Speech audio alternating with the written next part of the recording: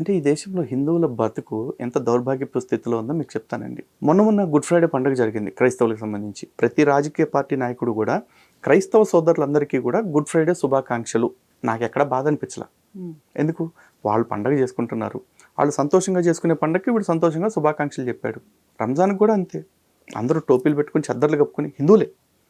ముస్లిం సోదరులందరికీ కూడా రంజాన్ శుభాకాంక్షలు అని చెప్పారు. మరి తర్వాత ఉగాది పండుగ వచ్చింది. ఆ తర్వాత శ్రీరామనవమి వచ్చింది. యావత్ రాష్ట్ర ప్రజలందరికీ కూడా శ్రీరామనవమి శుభాకాంక్షలు. హిందువులందరికీ అని చెప్పలేదే.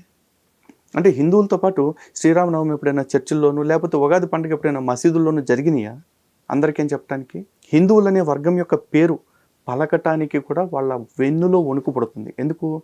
పక్క మతాలలో కోపాలు వస్తాయేమో అని చెప్పేసి. వాళ్ళకి ఎందుకు కోపం రావాలండి? వాడి పండక్కి శుభాకాంక్షలు చెప్పినప్పుడు నాకు రాని నొప్పి, నా పండక్కి నా పేరు చెప్పి శుభాకాంక్షలు చెప్తే వాడికి వస్తుంది అంటే లోపం వాళ్ళలో ఉందా, నాలో ఉందా?